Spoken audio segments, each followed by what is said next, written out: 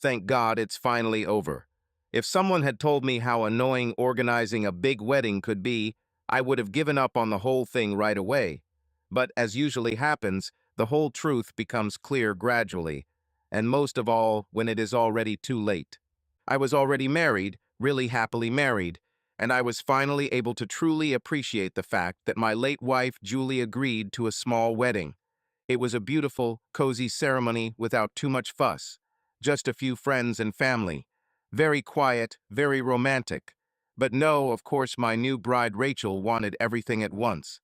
A big, no, huge wedding with all the attendant attributes. I don't care if the colors of the napkins match the flowers. No, that's for sure. But for everyone else it seemed to be vital. It is not difficult to guess that everyone else in this case consisted exclusively of women. My future father-in-law wisely stayed away. So I was at the mercy of my mother-in-law, my fiancée Rachel, and her best friend Amber. Of course, I was formally asked questions, such as whether to decorate the church with roses or lilies. But everyone considered me incompetent in such matters, which was close to the truth.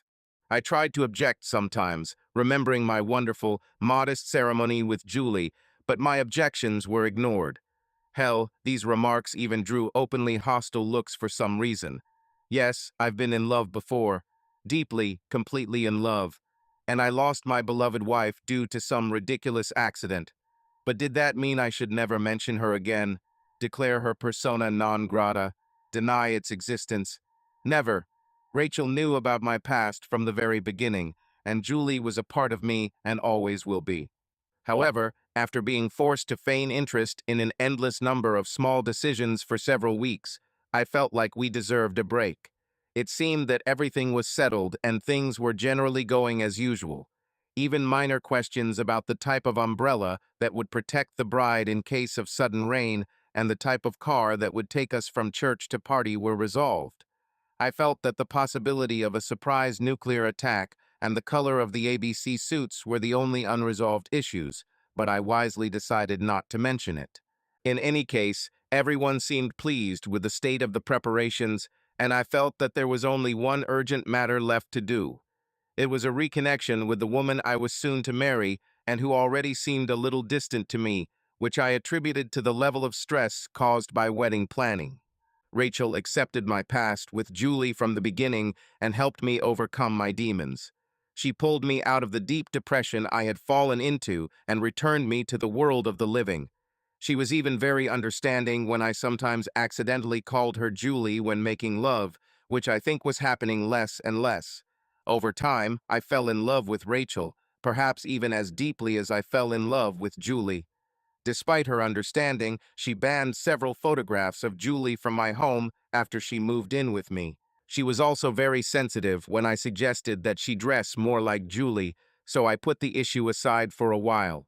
We argued about my desire to keep some of Julie's knickknacks and her desire to redecorate the rooms.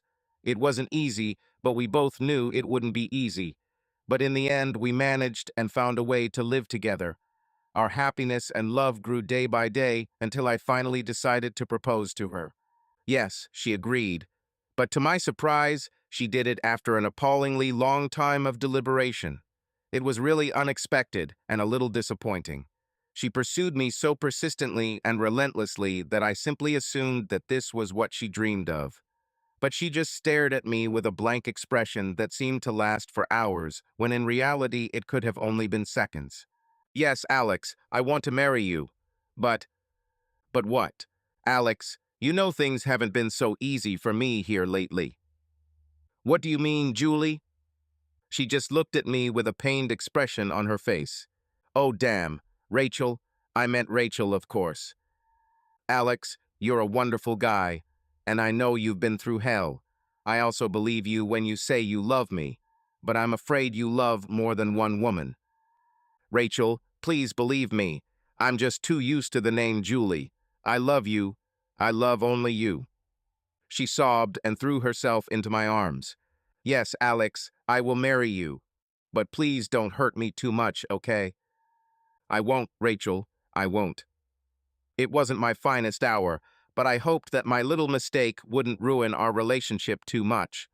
After this, a slight shadow seemed to hover over us, but the real reason was unclear to me as the stress of preparation soon began to take its toll. My plan was to reconnect with Rachel, who had become even a little irritable after throwing a surprise weekend at the northern resort. Her mood had been worsening throughout the preparation phase, and despite being involved in it, it didn't seem to make her happy at all. In any case, it has already been done. All we had to do was actually get married, and I sincerely hoped that my surprise weekend would be successful. I was determined to avoid mention of Julie and the details of the wedding at all costs. Ugh, Alex. This time I even got a kiss, which has become quite rare. Romantic weekend at the spa. Oh, honey, that's so sweet. Thank you. She seemed delighted, and I suddenly realized how tense I had been, obviously afraid of being rejected again. But my surprise was right on target. Wonderful. Exactly what was needed to mend our tense relationship. Yep, I've been here before. The hotel is pretty nice. They have a great spa area. Julie especially loved the seafood restaurant. You'll see, it'll be amazing. Crap, I mentioned Julie again. I scolded myself, but other than a quick weird look, Rachel didn't react to it. We arrived at the hotel early, and despite the bad weather, everything was almost perfect. The hotel was very nice, the spa looked great, and our room was absolutely wonderful. I thought we would have a good time here, getting closer to each other again. We could improve our relationship, and in this process, nothing would interfere with us sexually. Wow, this number is amazing, Alex. Yes, when it clears up, you can even see the lake from here. It looks absolutely romantic. Oh, how sweet. How do you know? I've been in this room before. Oh, you've been here before. Well, yes, I've been here before. With Julie, of course, but this time I successfully avoided mentioning her. About. She seemed a little puzzled. Did you specifically ask for this number? Yes, I like him. It's clear. She looked a little annoyed, and I started to get a little annoyed myself. Why did I have to deny my past with Julie? Rachel, of course, knew I loved her. Why was she so unsure? Is it such a big deal to use the same room I was in with my late wife? I had good memories of this room, and I didn't see anything wrong with it. The weather quickly deteriorated, and shortly after our arrival, a heavy snowstorm began. Michael, the nice guy at the front desk, informed us that we were stuck at the hotel for a few days. This worried me the least. On the contrary, it seemed romantic, and I didn't plan to leave our room often.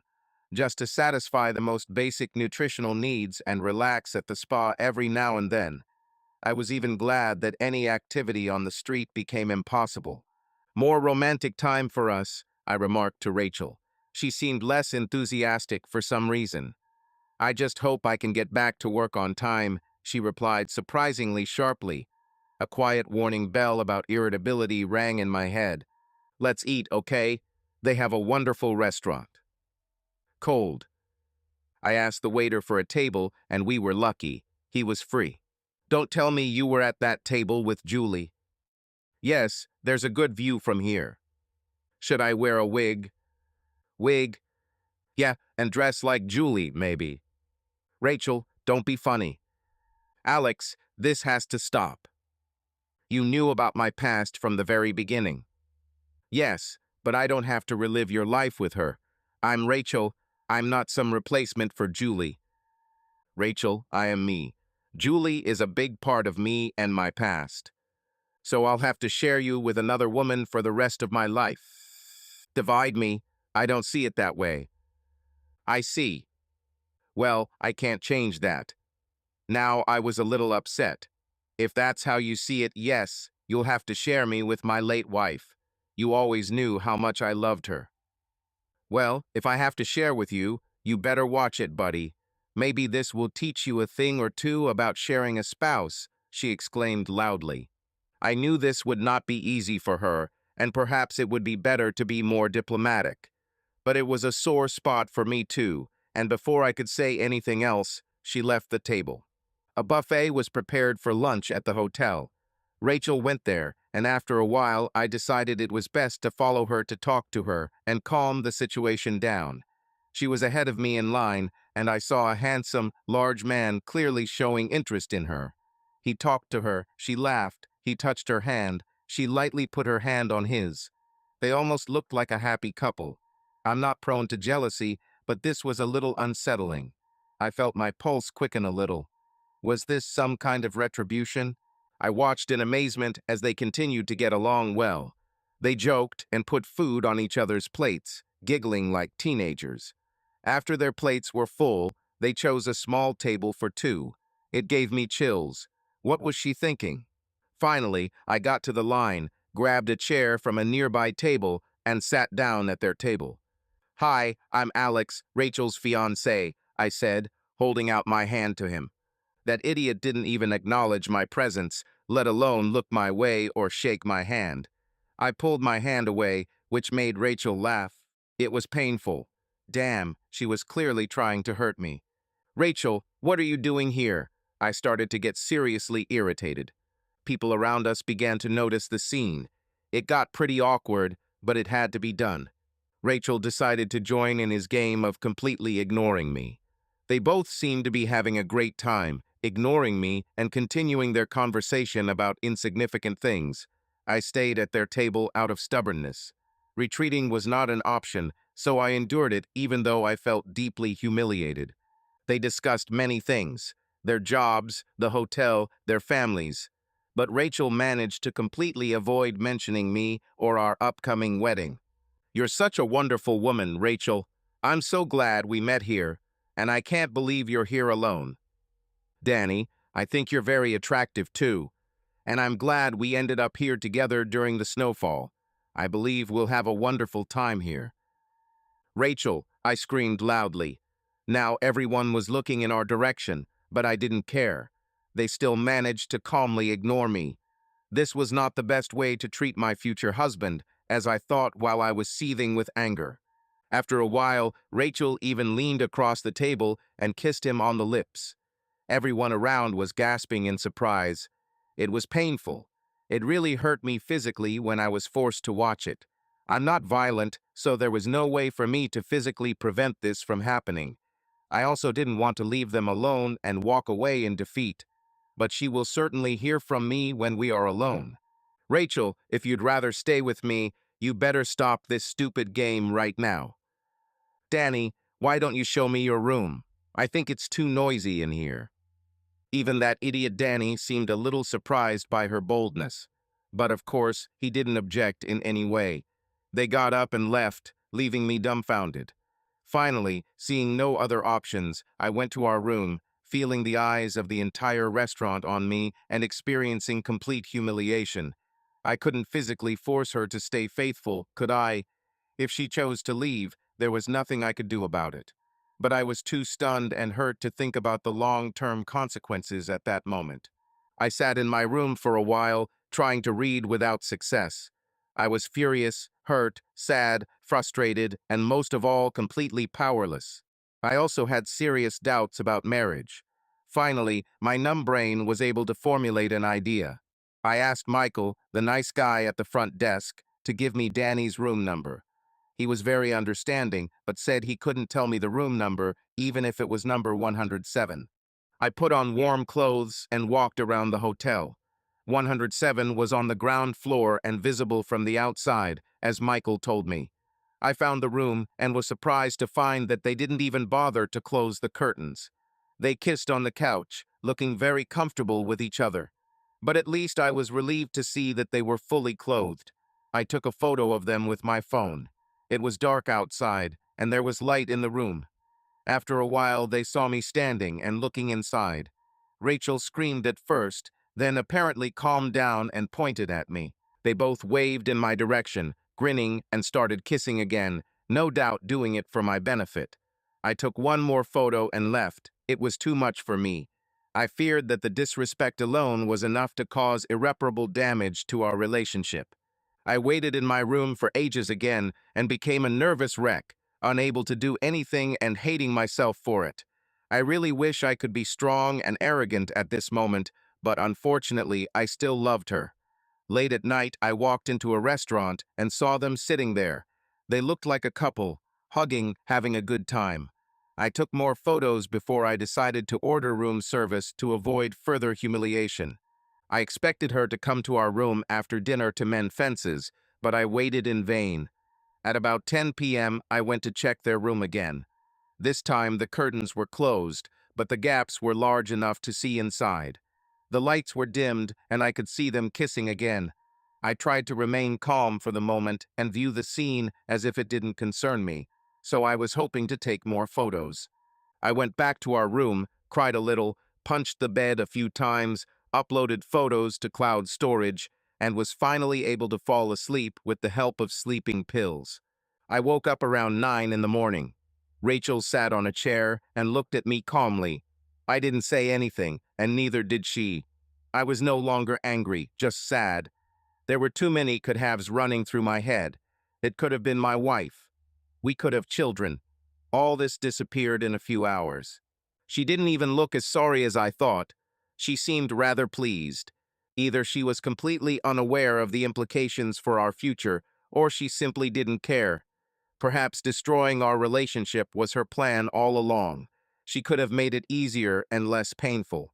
Feeling better? She asked. No. I'm going to spend the day with Danny. And the entire time we're here until we can leave. We've already moved my things to his room. After that, I'll be yours again, at least until you mention Julie again. She explained this very calmly. No. I said this in the same neutral tone. It's already decided. Try to have a good time here. And with these words, she left. I couldn't believe how arrogant she suddenly became. Has she changed, or have I judged her so poorly all this time? Obviously, she had no intention of ending our relationship. She just wanted to teach me something. No, really. Of course, I was a little thoughtless when I mentioned Julie again and again. But such a reaction was completely inappropriate. We're done, I thought. The problem was that I had to stay in the hotel. My desire was simply to run, to escape this terrible situation, my feelings of powerlessness and humiliation, and most importantly, Rachel. But I couldn't help it. I spent some time just staring at the wall and letting my thoughts run in agonizing circles. No, it didn't lead anywhere. Rumination did not improve anything. It only deprived me of my mental health. I needed a distraction until I could leave this terrible mess behind me. Okay, I could eat something, I thought. As I was walking to breakfast, my new friend Michael stopped me. You don't have to put up with this. I've lived here for a long time. I know the weather. The roads will only be open for a short time today. I think in about an hour or two, you'll be able to leave, following the supply truck. We won't inform other guests about this possibility for security reasons. But you can handle it, you can do it. He looked genuinely sympathetic. Thank you, Michael. I sincerely appreciated this and thanked him generously. It seemed to me that he simply saved my life. Every minute I spent here further eroded my self-esteem. Just being able to escape made me feel better. I gathered my things, checked out, and waited in the car until the truck pulled out. He cleared the road a little and could pull me out if I got stuck. But I got to the highway without the slightest problem. The trip home seemed endless. My brain was still struggling to cope with what had just happened, and my mood was as gloomy as the weather. One thing was clear: the wedding would be canceled. I would cancel everything. The whole mass of meaningless decisions turned out to be completely unnecessary. It made me feel good. No one will ever know if the dessert was truly appropriate for a winter wedding. I stayed in our hometown mainly because of Rachel. I've had much better job offers elsewhere, including a particularly attractive one in San Francisco. It really hurt me to give him up, but Rachel insisted on staying close to her family, and I agreed. I was now free to check if this offer was still available. I felt almost relieved. After the horror I had experienced, I felt a sense of freedom. New opportunities, a new life opened up before me, and for the first time I thought that the danger was truly over. I wasn't married yet and could just walk away without any consequences. But on the other hand, I didn't propose to her without a reason. I really loved this one, I really did. But her actions at the hotel made leaving her surprisingly easy. The mere memory of recent events was enough to burn away any feelings of remorse that tried to surface. I knew the pain would come, but right now I had to focus on my future. At home, I immediately canceled all wedding reservations. Hall, catering, DJ, everything. And I sent cancel invitations to everyone who was invited. Due to unforeseen circumstances, we are sorry to announce that we are forced to cancel our wedding. Neutral wording. I could have used much stronger language, but I didn't feel the need to make these things public. I then called the owner of the company in San Francisco and explained my situation very honestly. Come here, Alex. We'll find you a place to live, and you can get a job either way. In fact, I'm glad your ex was so stupid. He even laughed a little. I had to agree with myself. I couldn't share his humorous take on the situation, at least not yet. But in a way, I was happy too. If she had cheated on me 6 months later, it would have been much worse. I'm glad she showed her true colors early enough. It still hurts, of course. The fact that I lost the woman I loved was as painful as the circumstances. I quit my job, packed my things in the car, and left our shared apartment. The trip to San Francisco would take 4 or 5 days, and I was really looking forward to it. Expectation of solitude, silence, and the opportunity to calm down and think about your life. After 2 days of reflective, angry, self-blaming, and painful travel, my phone rang. This is Alex. Alex, honey. This is Rachel. We have a mobile network again, thank God. Even the roads will be cleared soon. I didn't answer, too stunned. All the pain came back. Why did I even pick up the phone? I didn't have anything to say to her. Damn, I should have checked the caller ID first. I couldn't believe how calm she seemed. Alex, are you still here? Yes. How do you feel? Not very good. Me too. Alex, honey, did you cancel the wedding? My parents called me. Yes, of course. What did you expect? That I would marry you? Seriously. Alex, please. I know you're hurt, but please don't be dramatic. This was just to show you how painful it is to share a spouse. I'm sorry if it got out of hand, but I'm yours. Nothing has to change. At this moment, I am a woman for only one man. Maybe, but that man won't be me. What? Alex, come on. I know you're hurt, but it was really nothing. This guy was never important. I was so angry at you and so hurt. Okay, what I did was completely disproportionate. Let me fix this, okay? I don't care how you justify it or how you see it. All I had to do was make a decision. And that's what I decided. We're breaking up for good. Should I send the pictures to your parents and ask their opinion? Alex, I hope I can leave here soon. Could you come pick me up? No. Why? I don't want to. You're not my responsibility anymore. And I'm not even in the area. Alex, where are you? Let's see. The sign says this is Kearney, Nebraska. Are you kidding? No. I'm going to California, starting a new life without you. Alex, she was crying now. Please don't leave me. It didn't mean anything to us. I was just angry and things got out of control. I'm so sorry. Maybe it didn't mean anything to you.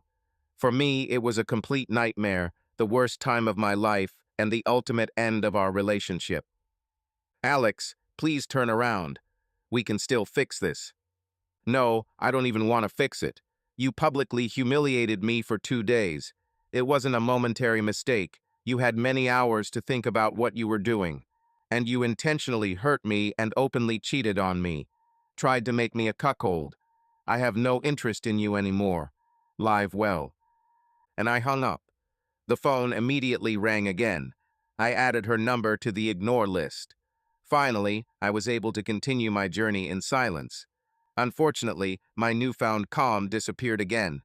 I hit the steering wheel every now and then, unable to decide whether I was angry or sad.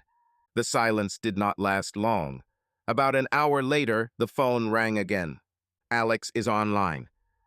Alex, this is Carl, Rachel's father. Hi, Carl. Alex, what's going on? Did you cancel the wedding? Yes, no. It was Rachel who canceled her out with her behavior during our trip, actually. Alex, it can't be that bad, right? Let's see. She was clearly flirting with another man in a restaurant. She ignored me when I tried to stop her when she kissed him in public. She publicly announced that she would go to his room and did so. She spent the whole night with him. She came to my room to announce that she was going to spend the whole weekend with him. The whole hotel knew about it. What do you think about it? I really can't believe it. It must be some kind of misunderstanding. Do you want pictures of this misunderstanding? I have plenty of them.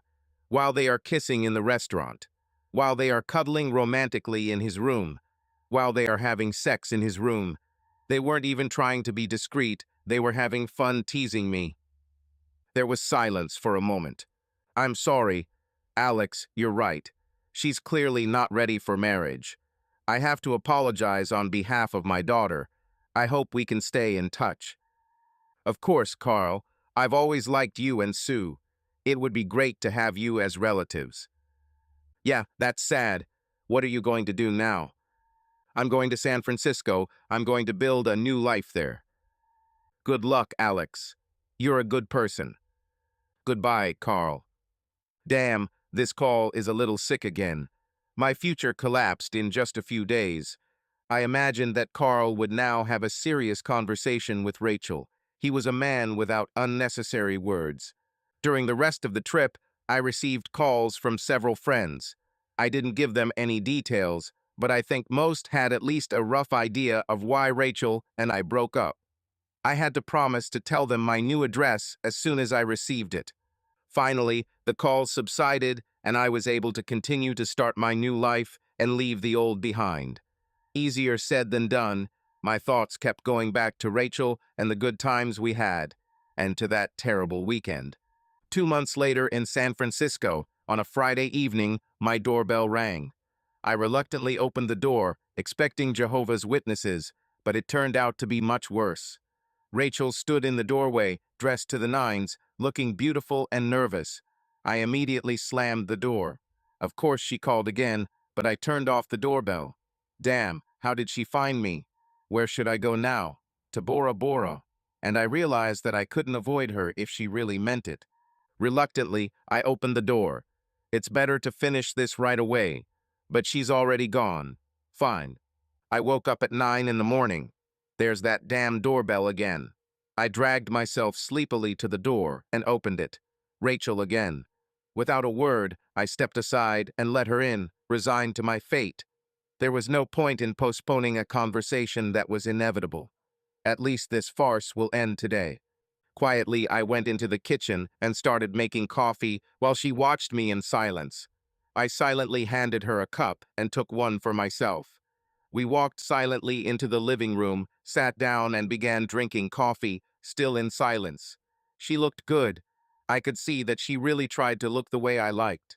But this did not change anything. My feelings for this woman disappeared, and this realization calmed me greatly. I could meet her without unwanted feelings, without weakness. Alex, she croaked. Ah, she could talk. More or less, it seemed like it was difficult for her. I'm really sorry. I remained silent, not to make it difficult for her, but at this moment nothing needed to be said. I behaved completely inappropriately. I just nodded. And I'm sorry it took me so long to find you. Of course, you can mention Julie whenever you want. I just have to accept it. I was so insecure. I thought you didn't really love me, that I'm just a convenient replacement for Julie. You left her pictures on the walls. You called me Julie when we made love. You kept her picture in your wallet. Then you had this wonderful idea to take her, me, to this spa hotel. I was on cloud nine, only to realize that it was just a repeat of your life with her. It was more than I could bear. I just lost my temper. Rachel, I know I should have been more sensitive when I mentioned her.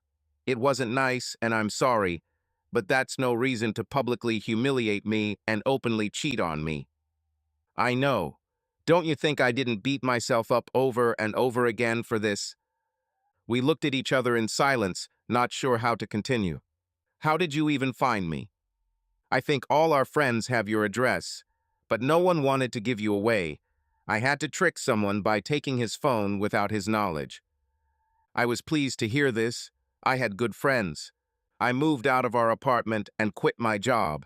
I rented an apartment just 1 block away and am now looking for a job. I was surprised, but it didn't change anything, and I definitely wasn't going to answer. I didn't like this because it obviously meant she would be haunting me for the foreseeable future. It would make my life difficult, but I felt strong enough to face it. Alex, I know I behaved badly in that hotel. I intentionally hurt you and humiliated you. I drove you away from me. You had no choice but to leave me. At first, I didn't even know why I did it. It's hard to understand because I loved you then, and I still love you, but I didn't like Danny. He was physically attractive, but I didn't even like him that much. I desperately tried to explain to my parents and myself why I did it. At first, I tried to convince myself and them that it started as a lesson to show you what it's like to share a spouse with someone else, and that the lesson had gotten out of hand. But after a while, I realized that it wasn't really so. It wasn't just a lesson. I knew from the very beginning that it would hurt you. So what's the real reason? My father told me that maybe I was just jealous. You always described Julie as absolutely perfect to me. She was obviously the most beautiful woman in the world to you and the epitome of feminine perfection. You never didn't mention a single argument. She stood on a huge pedestal, and I felt like I couldn't compete with her. I felt so intimidated by her presence that I even hesitated to accept your offer, even though it was my biggest dream. Rachel, I'm sorry, I really am. Of course, Julie had her faults. Of course, we fought. But I suppressed thoughts about those aspects after her death. It felt inappropriate, as if it was desecrating her memory. I'm sorry if I portrayed her like that for you. Of course, you could compete with her. I loved you as much as I loved her. Oh, Alex. She sobbed and was about to rush towards me. Wait a minute. I said you could compete with her, and I was talking about the past. Now you can't because something has seriously tainted my image of you. Alex, just give me a chance to prove to you that I can fix this, make amends somehow. Maybe I can just stay by your side until you trust me again. I'll be patient. You can even exalt Julie if you want. I'll learn to live with it. I don't know. It's not that simple. I will try to get you back any way I can, no matter how long it takes. Quite an impressive speech, Rachel. I believe you. Thank you for talking to me again. She was clearly unsure what my neutral response meant to her. You're welcome. I'm actually surprised how calm I am today. Sorry about yesterday. It was rude. I was surprised. Don't worry. Alex, how do you feel about me now? I still love you, only you. I haven't been with a man since that fateful night, and I've only had sex with him once. I'm pretty calm now. I think I've mostly gotten over you. Aren't you angry anymore? No, but I also don't love you anymore. She flinched, but soon recovered. It's bad, but it won't stop me. It could be worse. You fell in love with me before. You can do it again. And this time, I'll be kinder to you. Rachel, I may be calm towards you now, but I also don't know how I can trust you again. Of course, I misbehaved in some way, but your reaction was completely disproportionate. I will always wait until the other shoe will drop. Rebuilding trust in you isn't even a goal for me right now. You can trust me, I will never be that stupid again. And if we ever get back together, we will have a contract. If you leave me for any reason, I will have nothing. No money, no access to our children. The same thing, if I leave you, you will get everything. But it will never happen anyway. Children, I couldn't help but laugh. Yes, in the unlikely event that we get back together, I want them. Here's the contract. Surprised that she had already prepared something, I read it and immediately saw that it was extremely strict. If we break up for any reason, she won't get anything, not even custody or visitation rights to potential children. I assumed it wasn't even legal. Carl wrote this. Yes, is it obvious? He really made you do it, I guess. Yes, and Mom too, and most of our friends. They all seem to have at least a rough idea of. What happened, I don't know how. Not from me, I only told Carl about it. I know. Leave the contract, it's already signed. You don't have to sign it, just put it in the safe. Okay, to respect Carl's efforts. But I don't want to be with you just because the contract obliges you.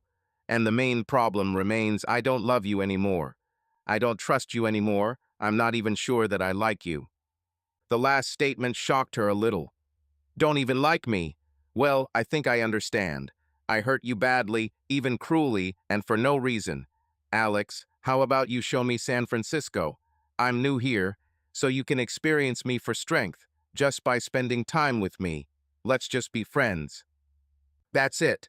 Did I want to avoid her? Would it be like running away and hiding from her? That would be a weakness.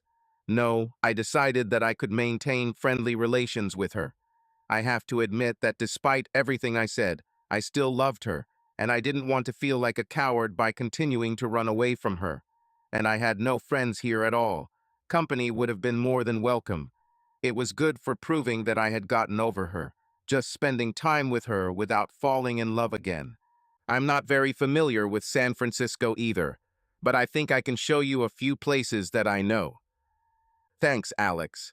But first, I'll make breakfast. She walked into the kitchen humming and singing. She might have been too confident, I thought. Not my problem. Her presence no longer bothered me, but I also did not see the possibility of our resumption of relations. It just wasn't attractive, with or without a contract. Over the next weeks, she missed every opportunity to spend time with me. The subsequent scenes were almost comical. She usually wore fairly revealing clothes and touched me whenever she thought it was possible. One time when we were in my kitchen, she was wearing a very loose t-shirt and tried to lean forward whenever possible. I could see her breasts if I wanted, but for some reason I didn't even want to watch. But if she wanted to play with me, I was ready. Smiling internally, I looked almost everywhere except her cleavage. She followed my gaze most of the time, trying to place her breasts in my line of sight. Finally, I decided to stop it before I couldn't stop laughing and left the room with some excuse. A few days later, back at my apartment, she tried a different tactic. This time, she chose shorts for seduction. I was glad she didn't wear it outside since it was cut like a Brazilian bikini. In addition, the appropriate shoes for this outfit, in her opinion, were high-heeled shoes, and she spent most of that day looking for something at floor level, leaning away from me and keeping her legs straight. You seem to be looking for something, Rachel. Is there anything I can do to help? What? No, it's okay. I just thought I might have lost my earring somewhere around here. It's clear. I could hardly contain my laughter. The next day we went shopping, and she was pressed against me the whole time. I could count the minutes when her breasts didn't touch any part of my body on the fingers of one hand. But of course, I pretended not to notice anything.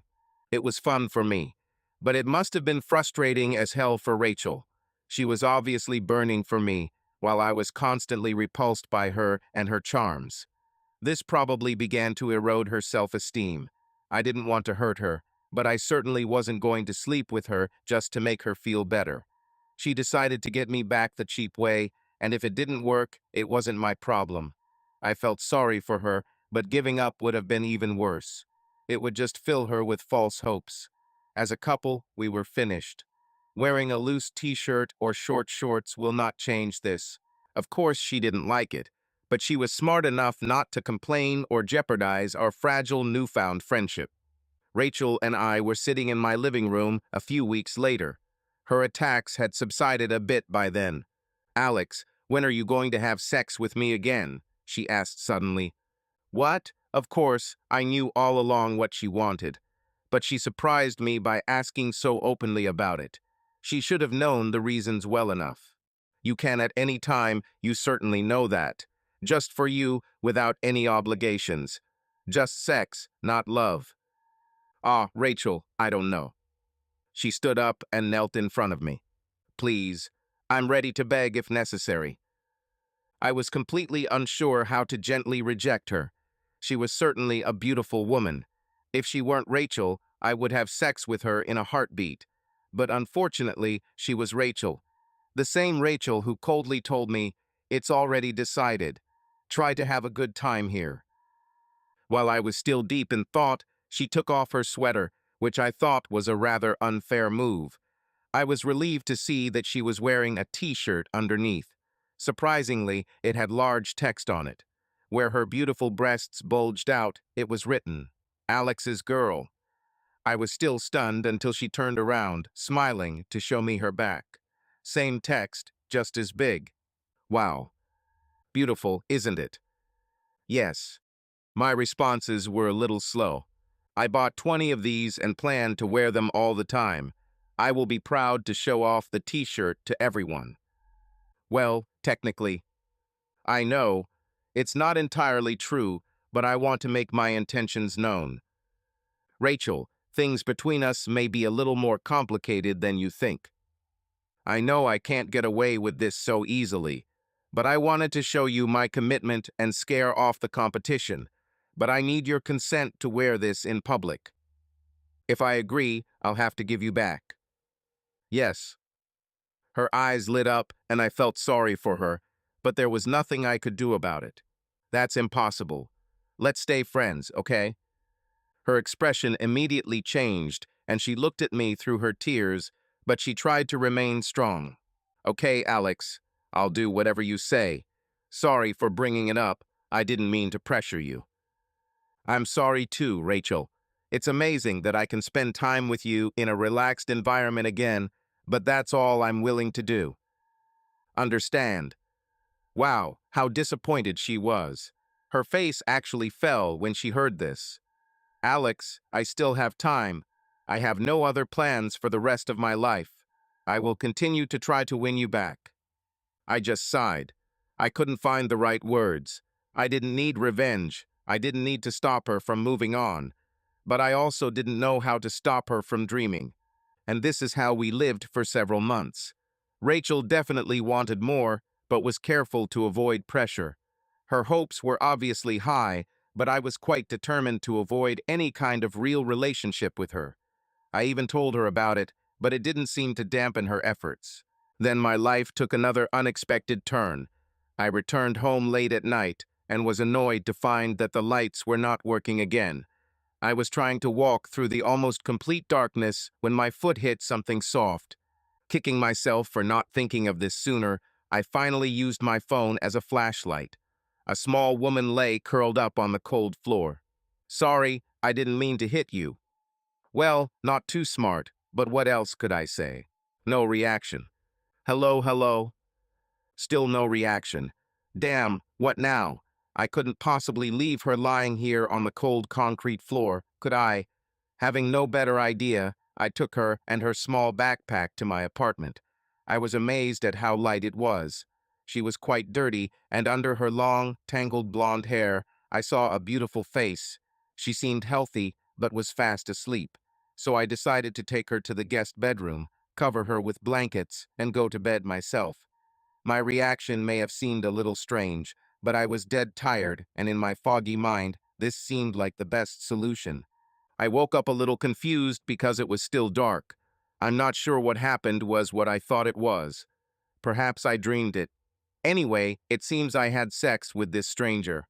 Or maybe I just dreamed. Just as quickly and unexpectedly as it began, it ended. She just wordlessly disappeared into the guest bedroom in complete darkness. I briefly wondered if she was even human because she seemed to have some sort of ability to see in the dark. Before I had a chance to think about it, I quickly fell asleep again. Perhaps it was some kind of strange dream. The next morning, I heard her singing in the shower. She appeared shortly after while I was busy with breakfast. She was overly thin, too thin for my taste, but she had a very sweet face and a pleasant smile. The situation was a bit tense for me, while she seemed quite relaxed, seriously emptying my food supplies while humming. We didn't talk much, and we certainly didn't discuss last night. Finally, she just got up, went to the guest bedroom, got dressed, and headed to the front door. My brain was about half a mile behind current events. "Thank you, you're a really nice guy," she said, and disappeared from my life as quickly as she had appeared. What the hell was that? Have I become a little slow, or have things moved too quickly? I realized that I had just had sex with a woman without even knowing her name, which was completely out of my style. My spontaneous visit to the doctor revealed that I had no immediately detectable STDs. Some other tests will take time. I promised to turn on my brain before sexual activity in the future. Of course, Rachel continued to actively try, but much to her disappointment, I still didn't want to be more than friends. I simply could not imagine myself again in her power, as I had in that damned hotel. Of course, she saw it differently, but she was well aware of who had ruined everything, and who would leave instantly if she began to push too hard. So she wisely kept her ideas about marriage, children, a dog, and a fence around the house at a fairly low level. I think we both enjoyed our time together, though. I still found her physically attractive, but the burning love I once felt seemed just a distant memory. A few months later, we were in my apartment getting ready to have dinner when the doorbell rang. "I'll open it," Rachel said and jumped up. This has always been important to her. She wanted to answer the call and the phone. It was her way of claiming that she was still my woman. I saw it differently, but did not see the need to clarify anything. I knew I was using her somehow, keeping her close, enjoying her friendship. She still hoped for more, and I never explained to her that her aspirations were completely futile. She probably suspected it and suffered, but her resolve never weakened. After so many months, it still surprised me because she was beautiful and could have a better relationship with any other man. However, she stubbornly chose to bring me back. I snapped out of my thoughts, turned around, and saw my mysterious guest standing at the door. She looked as thin as ever, but her belly was disproportionately large. Rachel looked a little surprised, and although I never mentioned this episode, she clearly had some idea of the implications of the woman's visit and her condition. "Please come in," she said calmly. "Join us for dinner. My name is Rachel." Annie. Without further ado, Annie joined us at the table and began to eat with gusto. "I'm pregnant," she said. "Okay, we already guessed this. The interesting part is yet to come. He is yours." She pointed her fork at me. "Is it true? It's hard to believe." I was already in male defense mode, and it annoyed me. "Nevertheless, it's true. But don't worry, I want to find a good solution for everyone. I like you, and I don't want to cause problems. And you know what, I don't even know your name." Now she was laughing. She was really cute. My name is Alex. I'm Annie. It was nice having sex with you." We were all laughing now, Evan, Rachel. God, Annie is so cute in her own way. "Alex, did you have sex with her without protection, without even knowing her name?" Rachel said it quite lightly, and she amazed me with her calmness and acceptance of the situation. "Yes, it turns out that way." Rachel surprised me by seeming quite happy about the situation. "No problem, we will adopt her." "What?" I said.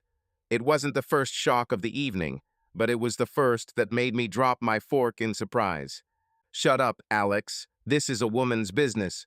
It still should have been my baby if I hadn't ruined everything." "Hey," I said, "I think I also have the right to vote." But I was largely ignored. Rachel had already decided what to do. And to be honest, I was secretly grateful for this because I had no idea how to handle the situation. "Okay, then you still won't be able to raise a child." I don't know. "But be that as it may, we cannot allow you to make any rash decisions during pregnancy. This may harm the baby." "Yes, you are right. The problem is that I never thought I would find myself in this situation. I tried again and again to make the right choice. I am ready to become a good mother, but I am afraid that I may not succeed. My life is completely ruined." Annie's mood became sad.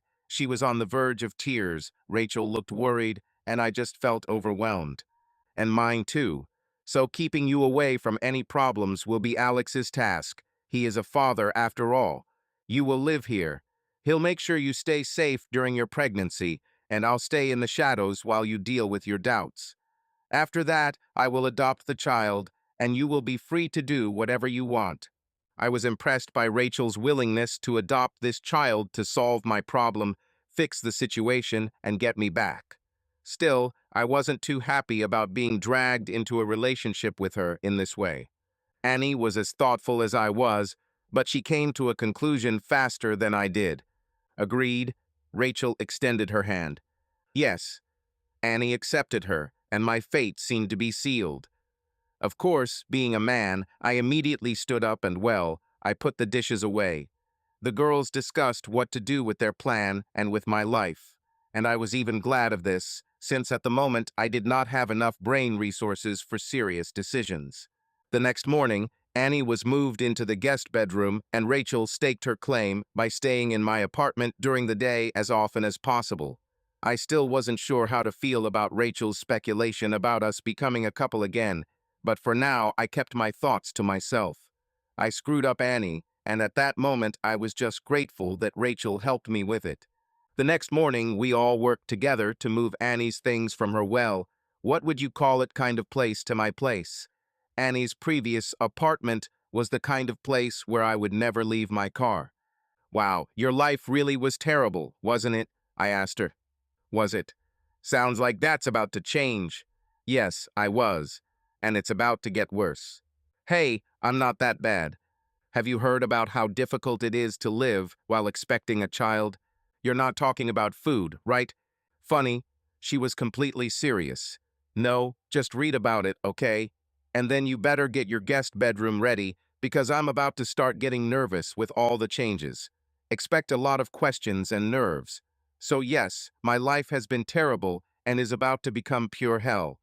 I just hope my daughter appreciates this someday. Our daughter. What? Is it true? This tough girl suddenly seemed on the verge of tears. Our daughter, you are not alone in this. We did this together, literally. Oh, Alex, thank you. She ran into my arms and hugged me tightly, watching Rachel warily. Do you have a vacation? I can take unpaid leave. How much do you need? 2 weeks, I think. The first 3 days will be the worst. What should I expect? Only good things. Wonderful. The following weeks were very quiet in the Spencer home. Annie and I became amazingly close. Being there in such difficult moments really seems to have a strong bonding effect. We became closer every day. I even noticed some glances in my direction that may or may not have been willing. Honestly, I started to look at her the same way. Of course, Rachel still visited us regularly, and, watching us like a hawk, the changes were not lost on her. Alex, you are not developing any kind of love relationship with her, are you? I'm not sure, Rachel. We're really getting closer. She looked absolutely shocked. Alex, don't do this to me. I feel so close to finally getting you back. Rachel, you know that. Yes, yes, I know. I do not have rights. You can do whatever you want, but you know for sure that I still have hopes. Alex, I will fight for you. I won't give up even if it takes decades. I just sighed and put the question aside as Annie walked into the room. I knew Rachel was having a hard time, but I realized that I now considered Annie my girlfriend, and I was definitely a one-woman man. Annie and I became even closer while I made sure she stayed away from any stress, went to all kinds of checkups with her, bought tons of baby products, and did everything else parents do in preparation for the arrival of a new member of the human race. We acted like a normal couple, and at least for me, that's what it was. After our daughter Mel was born, everything became even clearer. Annie, Mel, and I were family, no doubt about it. All thoughts of giving Mel up for adoption seemed absurd. Of course, we were going to leave her. None of this was lost on Rachel during her frequent visits. Alex, I lost you forever, didn't I? Yes, Rachel. What we had died. Alex, please, she began to sob. It's unfair. I know I completely screwed up that damn weekend, but I really did my best to make things right. Is that supposed to mean something?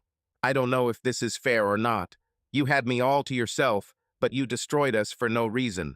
This meant that we were both free to pursue other relationships, and that is exactly what happened.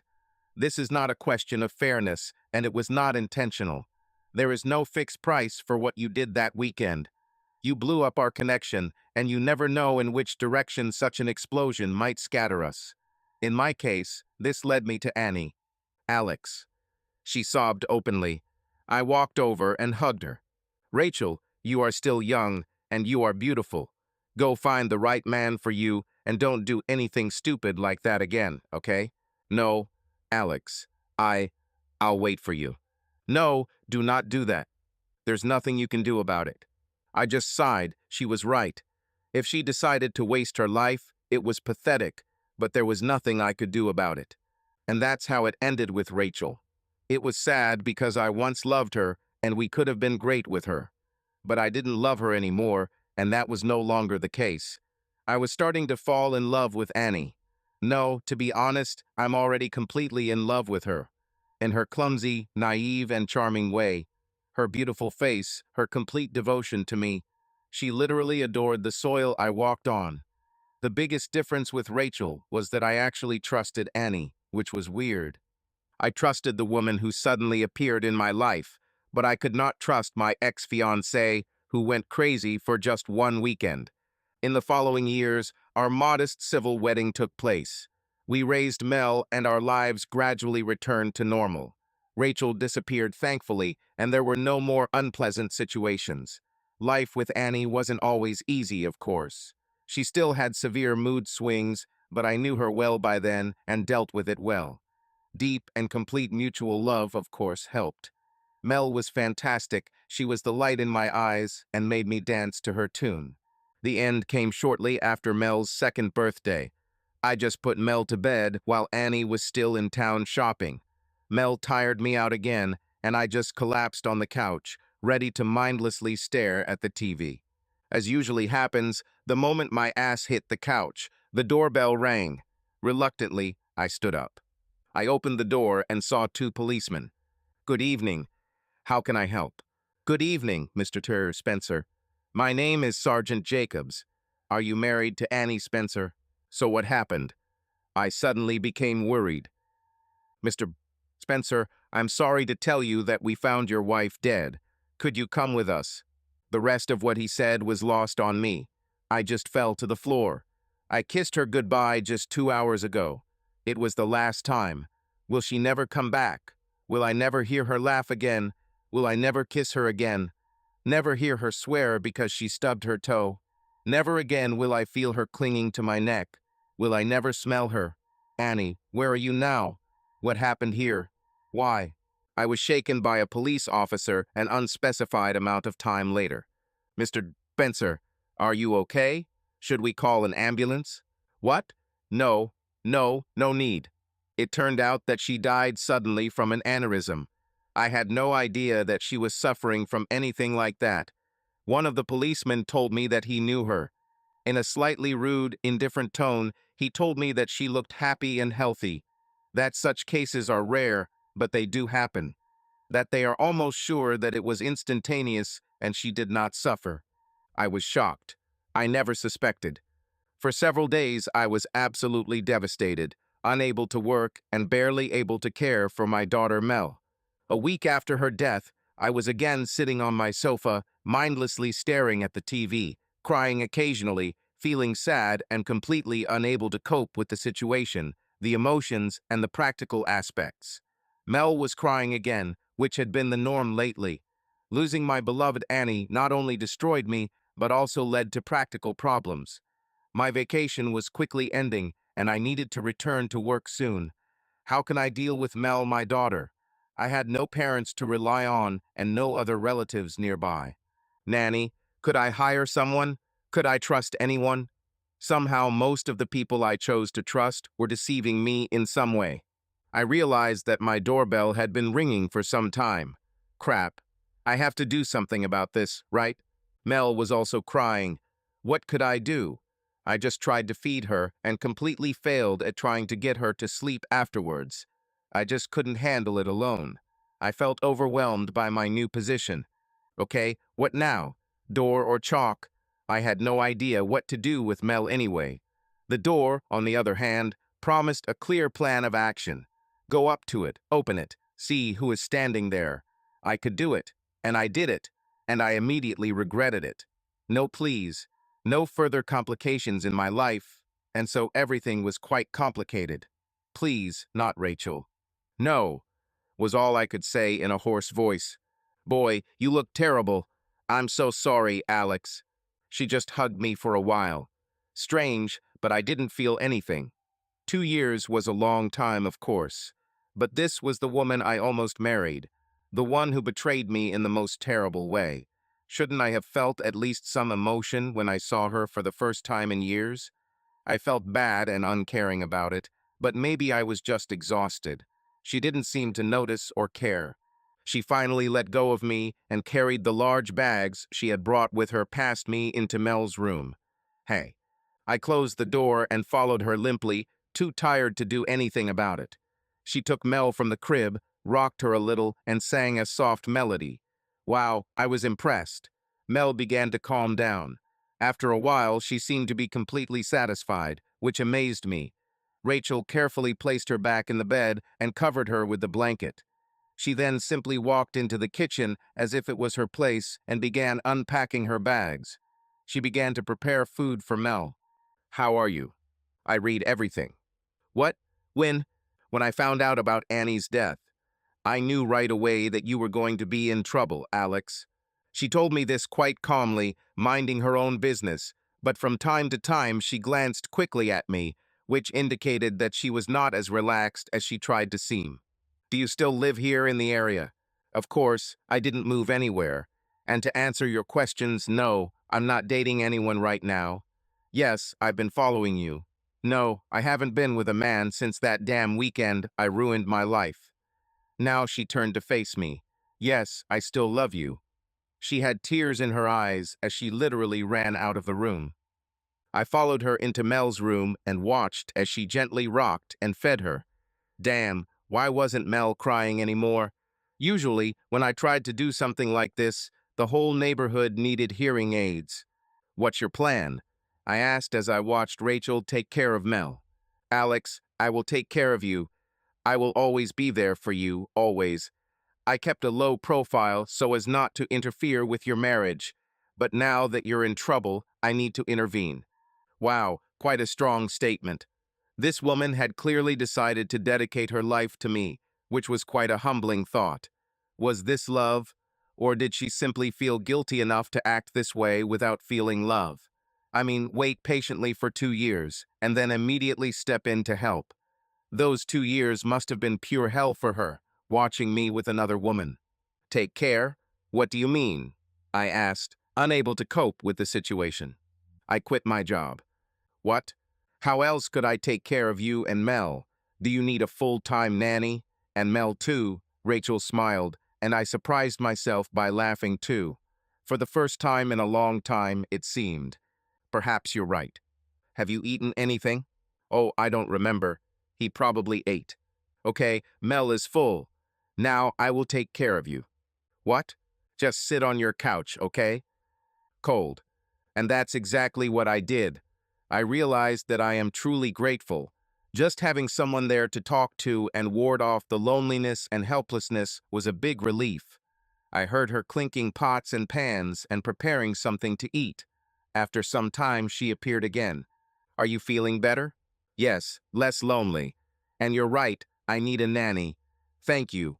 What about your job? Alex, I didn't have a life for 2 years. I didn't go out, I didn't buy almost anything. I just lived in my small apartment.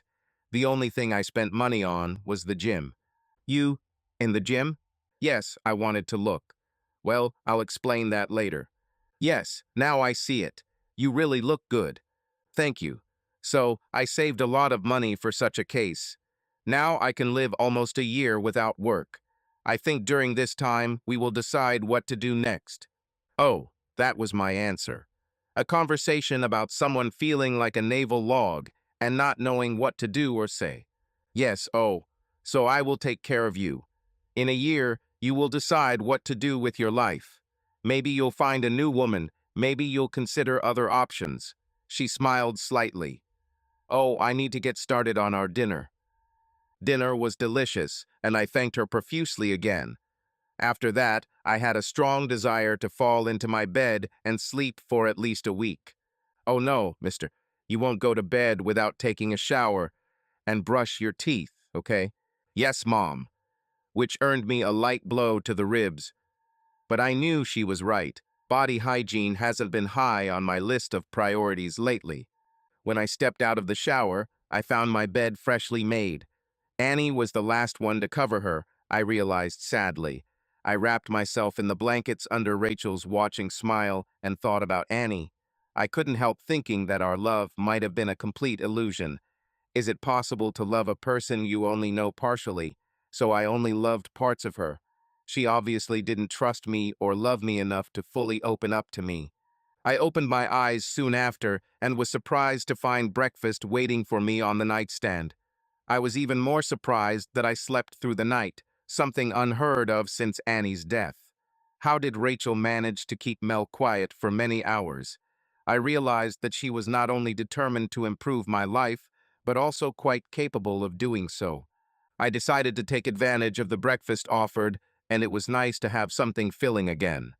After a while, Rachel entered the room, humming happily and holding a sleeping Mel in her arms. She made it look so easy, I thought. Can a child really replace a mother so quickly? One thing was clear, I couldn't replace Annie in the same way.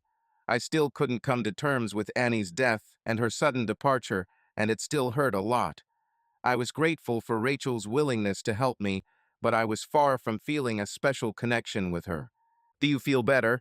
she asked, sitting down next to him. "Physically, yes, thank you. Emotionally, I'm still overwhelmed. I don't understand how this could happen." "Are you talking about Annie's death?" Mel was still completely calm and unbothered by our conversation, which was another complete mystery to me. "About everything that happened in my life, to be honest. Our weekend trip, your betrayal, my escape, Annie's sudden appearance in my life, my sudden fatherhood, Annie's death, your return here. I feel like half the time I'm drifting, half the time I'm being pushed, but always it's like I'm stumbling through my life without any will of my own. Alex, if you want me to leave, I will leave. I will be terribly offended, but I don't want to impose. No, don't get me wrong. You helped me a lot. Please stay." She simply smiled, nodded, and left me alone.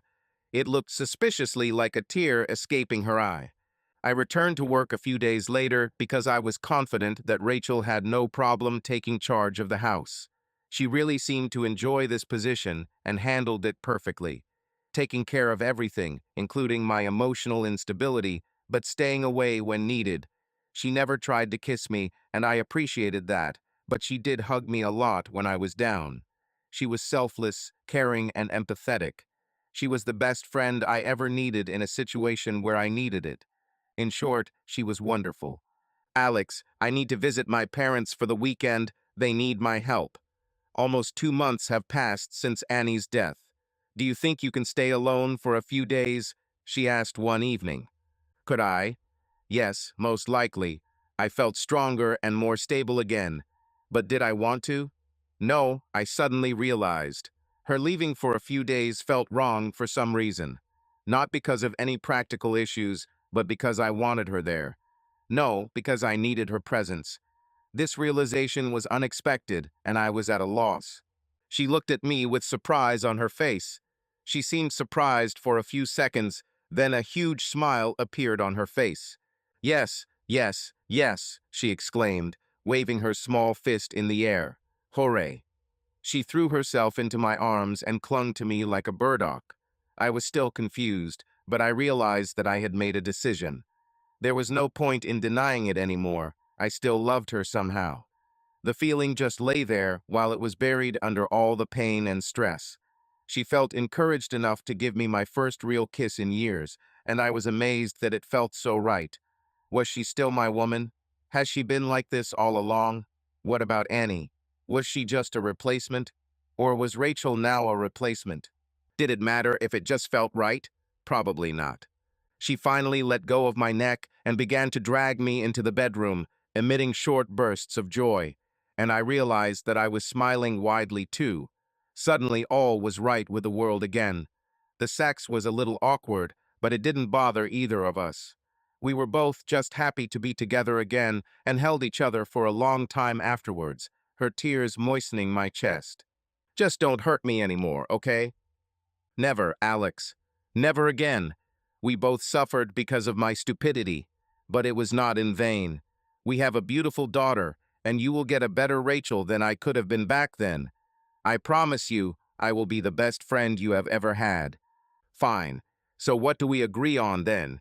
You will go to your parents for the weekend, but not a minute longer. And from now on, this is our bedroom again. The three of us will be one family. I didn't have time to finish this because she drowned me out with a loud kiss, which was quite normal for me. After this unexpected turn of events, we lived like a typical small family. Marriage was never mentioned, nor were children. Mel naturally called Rachel Mom. We decided not to tell her the truth until she came of age, and perhaps not even then.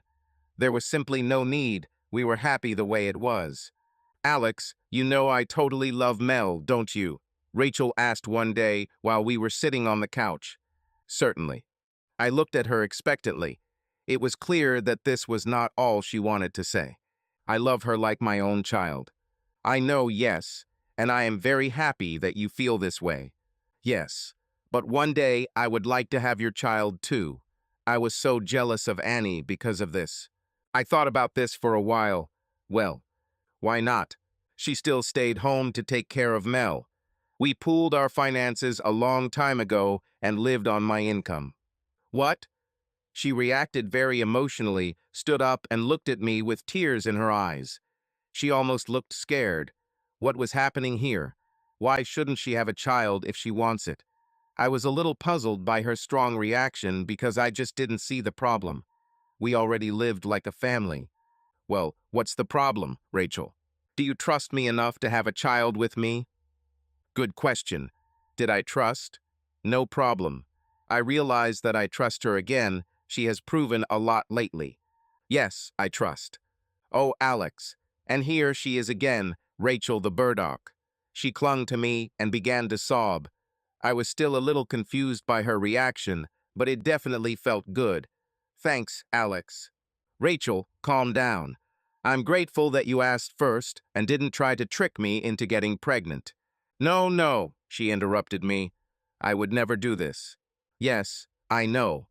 And I really did. So let's do it if you want. How many children do you want? Let's start with one. I need to get rid of the pills in my system, but we can start training now. And that's exactly what we did. Our dinner was finished. Today, I insisted on making it myself, and I did a great job. Candles, white tablecloth, 3 dishes. Rachel was pleasantly surprised, but became a little nervous while eating. I didn't usually do this, and she started to get suspicious. I needed to act quickly to maintain the element of surprise. I walked around the table and knelt down as her jaw dropped in surprise. I rummaged in my pocket. Rachel. Yes, you will marry. Yes, yes, Alex. Hooray, Alex, of course, I'll come out. Marry me. And I was smothered in a huge kiss as I fell backwards under the weight of her pregnant body. Thank you, Rachel. Are you kidding? Are you thanking me? I thank you and will continue to do so until the end of my days. And you know, you still have that contract. I have it, but I don't think I'll need it anymore. You won't use it. Oh, and Rachel, there is one more thing. It concerns Mel. She needs her mother. But she already has a mother. Yes, but not officially. Rachel looked at me, and to my surprise, she started crying. Boy, you're lucky today, she said between sobs, and for the rest of my life. So we're back to now. I'm lying by the pool in our backyard, my beautiful wife sending me loving glances as I play with our son. The wedding was a low-key affair and took place just in time for her overjoyed father to see her before he lost his battle with cancer. Before the wedding, I waited in vain for signs that the madness would return. Rachel knew I was thinking about it and just smiled. It won't happen, Alex. Not this time. I've learned my lesson. She was right. I just hope this whole marriage has been less difficult for others. I always knew the procedure would be difficult and tedious, but Rachel's version and mine seem a little over the top. Subscribe to our channel so that your love doesn't cheat on you, and go ahead and listen to the next story, because this story is nothing compared to the next one. If you're under 18, don't even think click to the next one.